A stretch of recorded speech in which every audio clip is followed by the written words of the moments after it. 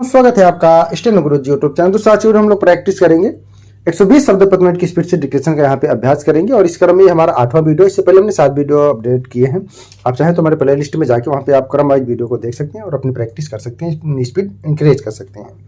Video पसंद आए तो वीडियो को लाइक कर देना, चैनल पर पहली बार आए तो सब्सक्राइब करके नोटिफिकेशन पे लाल रखना, जिससे इंपॉर्टेंट वीडियो आपसे मिस ना हो। इसके अलावा अगर आप डेली डिक्टेशन चाहते हैं तो आप चाहें तो चैनल का मेंबरशिप ले सकते हैं, हमारे पेड ग्रुप को ज्वाइन कर सकते हैं। अधिक जानकारी के लिए आप हमें मेल कर सकते हैं। हमारी मेल आईडी है studyforstenographer@gmail.com। ज़्यादा समय न लेते हुए चलिए स्टार्ट करें। Ready 5 second start. अध्यक्ष महोदय, मानव संसाधन विकास मंत्रालय की मांगों के संबंध में बोलने के लिए मैं खड़ा हुआ हूँ। शिक्षा की पद्धति के बारे में, उसमें परिवर्तन लाने के बारे में, इस क्षेत्र में हमें जो असफलता हाथ लगी है उसके बारे में अभी मेरे मित्र ने बहुत कुछ कहा है। दुर्भाग्य की बात यह है कि देश में सभी लोग यह मानते हैं कि शिक्षा में प्रगति नहीं हुई है, शिक्षा पद्धति में आमूलचूल परिवर्तन नहीं हुए हैं, लेकिन फिर भी इस दिशा में कुछ किया नहीं जाता है। ऐसा प्रतीत होता है कि इस विषय में कुछ भी करने की स्थिति में हम नहीं रहे हैं। स्थिति ज्यों की त्यों चली आ रही है। इतना होने पर भी शिक्षा की मद पर होने वाला जो खर्च है और जो उसके लिए धनराशि आवंटित की गई है वह भी बहुत थोड़ी है। लेकिन उस पर न जाकर मैं आपका ध्यान इस ओर दिलाना चाहता हूँ कि मर्ज बढ़ता ही गया, ज्यों-ज्यों दवा की वाली कहावत ही आज चरितार्थ हो रही है। जितने ज़्यादा आयोग और समितियां बैठी और जितनी ज़्यादा शिक्षा पद्धति के बारे में छानबीन की गई उतनी ही ज़्यादा बीमारी बढ़ती गई। बीमारी का इलाज ना होकर और भी खराबियां पैदा होती गईं। अभी मेरे मित्र ने माननीय मंत्री का ध्यान एक रिपोर्ट की तरफ दिलाया था। इस तरह की बहुत सी रिपोर्टें हैं। अभी सदस्य महोदय भी एक रिपोर्ट का जिक्र कर रहे थे। रिपोर्ट तो बहुत सी प्रस्तुत हुई हैं, लेकिन मंत्रालय ने उस पर कभी कार्यान्वयन करने की दिशा में कोई कदम नहीं उठाया। अपनी इस हालत को उन्होंने इसी सदन में स्वयं स्वीकार किया है। अपनी व्यवस्था को उन्होंने स्वयं यहाँ प्रकट किया है। इस विषय पर और अधिक न कहकर मैं आज के दिन मानव संसाधन विकास मंत्रालय का ध्यान 2 विशेष विषयों की तरफ दिलाना चाहता हूँ। पहली बात तो मैं हिंदी के बारे में कहना चाहता हूँ। मंत्रालय का काम हिंदी का प्रसार और प्रचार करना है। हिंदी हमारे देश की राष्ट्रभाषा है।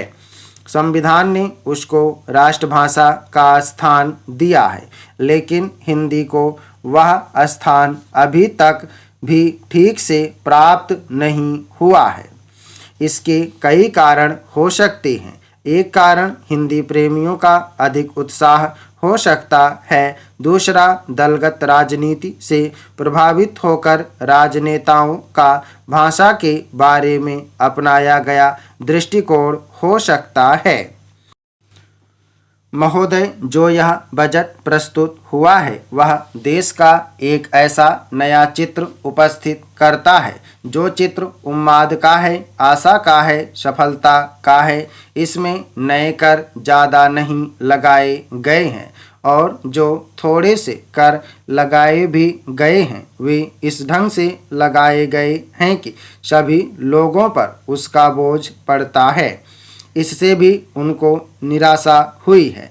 दूसरी बात जिससे उनको निराशा हुई है यह है कि 1-2 वर्ष देश को लेन देन के मामले में कठिनाई का सामना करना पड़ा था। योजना को कठिनाई में पड़ना पड़ा था, वह कठिनाई दूर हो गई है और मैं सदन की तरफ से उन देशों को धन्यवाद देना चाहता हूँ। उन देशों के प्रति आभार प्रदर्शित करना चाहता हूँ जिन्होंने हमारी इस कठिनाई को दूर करने में आगे बढ़कर हाथ बटाया। मेरे मित्रों को इससे निराशा हुई है कि विदेशी सहायता बहुत ज़्यादा और तेज़ी से पहुंच रही है और हमारी जो कठिनाई दूर हो गई है इससे उनको परेशानी हुई। कम्युनिस्ट इसलिए भी परेशान हैं कि पिछले 1-2 वर्षों में देश की पैदावार बहुमुखी ढंग से बढ़ी है, औद्योगिक पैदावार बढ़ी है। यह उनके लिए निराशा का कारण बना है। उनकी निराशा इसलिए भी बढ़ी है कि उनका मालिक, उनका मित्र हमारे देश की सीमा पर जब फौज लेकर खड़ा है और जब देश पर खतरा है तो क्यों देश की आर्थिक हालत, क्यों देश की वित्तीय हालत तथा दूसरी हालत इतनी अच्छी हुई है और क्यों इतनी अच्छी छवि उभरी है।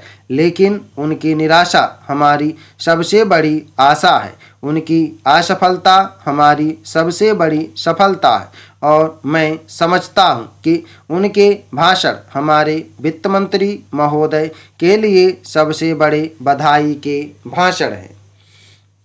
2-3 और चीज़ों की ओर मैं आपका ध्यान दिलाना चाहता हूँ।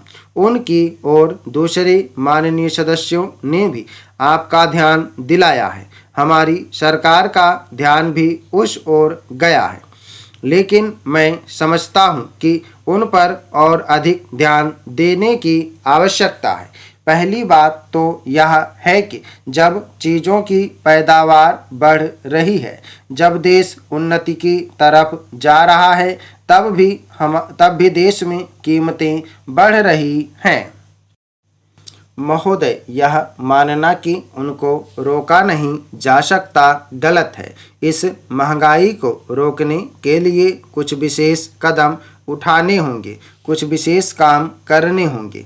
एक विशेष चीज़ जो इस बजट में आई है और जो घबराहट पैदा करने वाली है यह है कि देश की पैदावार तो बढ़ रही है, देश का विकास तो हो रहा है, लेकिन इसके साथ ही साथ देश में बेकारी बढ़ रही है और ख़ास तौर पर पढ़े लिखे लोगों की बेकारी बढ़ रही है।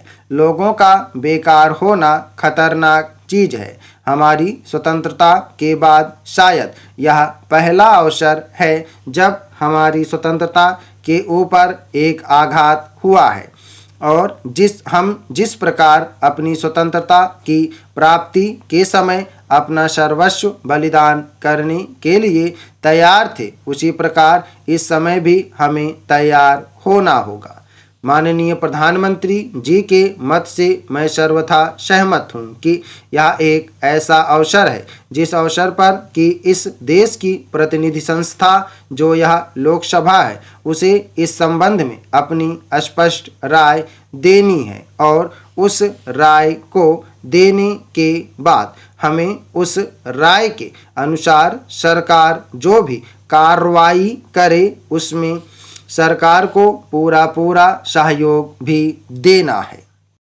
प्रजातंत्र में प्रजा के पूर्ण सहयोग के बिना काम नहीं चल सकता, चाहे वह कोई काम हो, छोटा काम हो या बड़ा काम हो।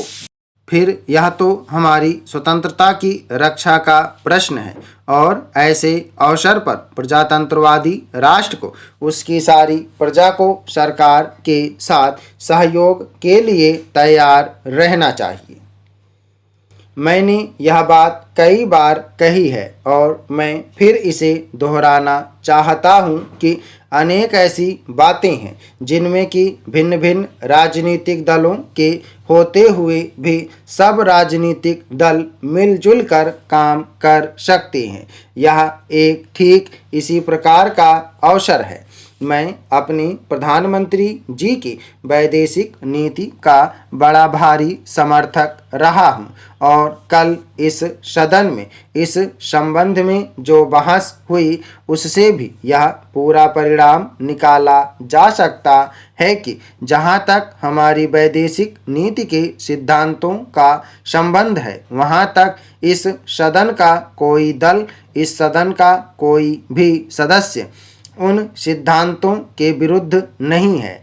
कल मैंने बड़े ध्यान से अपने साम्यवादी दल के नेता का भाषण सुना। उन्होंने यह कहा कि मूल प्रश्न हमारी मूल नीति के समर्थन का है। सभापति महोदय, अब मैं आर्थिक मामलों पर आना चाहता हूं। मैं अधिक समय नहीं लूँगा। इस बात को सभी स्वीकार करेंगे कि तीव्र गति से हमारी आर्थिक प्रगति हो, इसका प्रबंध किया जाना चाहिए। इसके लिए ऐसा वातावरण बनाने की आवश्यकता है जिससे उत्पादन बढ़ सके, वितरण में समानता आ सके और उपभोग में संयम से काम लिया जा सके। हर बजट को और हर कर प्रस्ताव को इसी कसौटी पर कसा जाएगा। स्टॉप। धन्यवाद। ओके दोस्तों, आप लोग इसको प्रैक्टिस करिए। सभी लोग मैटर को प्रैक्टिस और ट्रांसक्राइब करेंगे। 120 शब्द प्रति मिनट की स्पीड से है। उम्मीद है कि दोस्तों वीडियो आपको पसंद आया होगा, तो वीडियो को लाइक कर देना और अगर अभी तक आपने हमारे चैनल को सब्सक्राइब नहीं किया तो प्लीज़ सब्सक्राइब करके नोटिफिकेशन बेल ऑन करना। और दोस्तों, अगर आप डेली डिस्कशन चाहते हैं तो आप चाहें तो चैनल का मेंबरशिप ले सकते हैं या हमारे पेड ग्रुप को ज्वाइन कर सकते हैं। अधिक जानकारी के लिए आप हमें मेल कर सकते हैं। हमारी मेल ID है studyforstenographer@gmail.com। अपना बहुमूल्य सुझाव हमें कमेंट बॉक्स में जरूर देना। वीडियो को पूरा देखने के लिए बहुत बहुत धन्यवाद। Thanks for watching. जय हिंद, जय भारत।